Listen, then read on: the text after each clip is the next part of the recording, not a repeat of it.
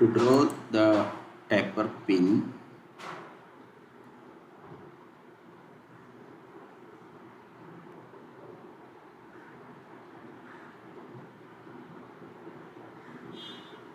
set the unit as mm.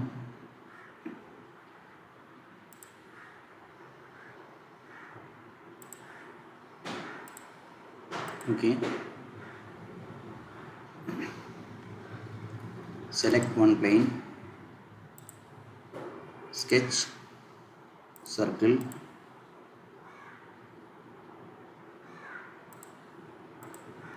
set the radius as 3 mm,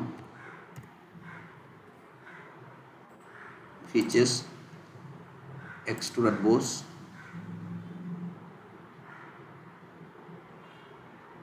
extrude it to a length of 60 mm,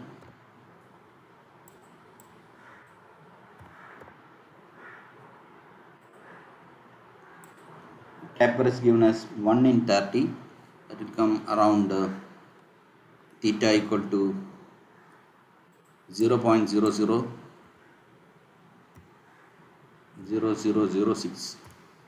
Very small taper is given, so that is right. You can save it as